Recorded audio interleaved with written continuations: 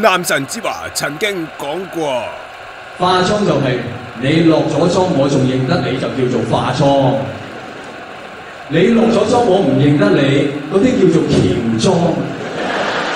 啊，咁唔知站在潮流尖端，潮流教主嗰班女女係化妝定係喬裝呢？吓！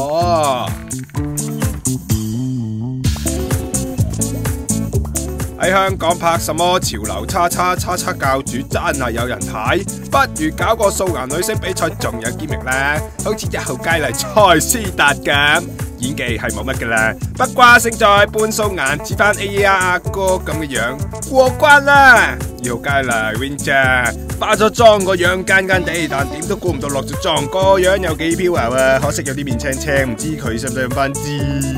太太口服液。3號佳麗幫幫湯樂文，名副其實係碗靚湯啊，難怪網友激讚啊！嗱，剩低落嚟嘅有啲佳麗半素顏都睇得下嘅，係佢哋個樣有啲嚇人啫，尤其係許憶妮啊，妝前咁嘅樣，妝後就難怪網友話似白雪公主個巫婆咧。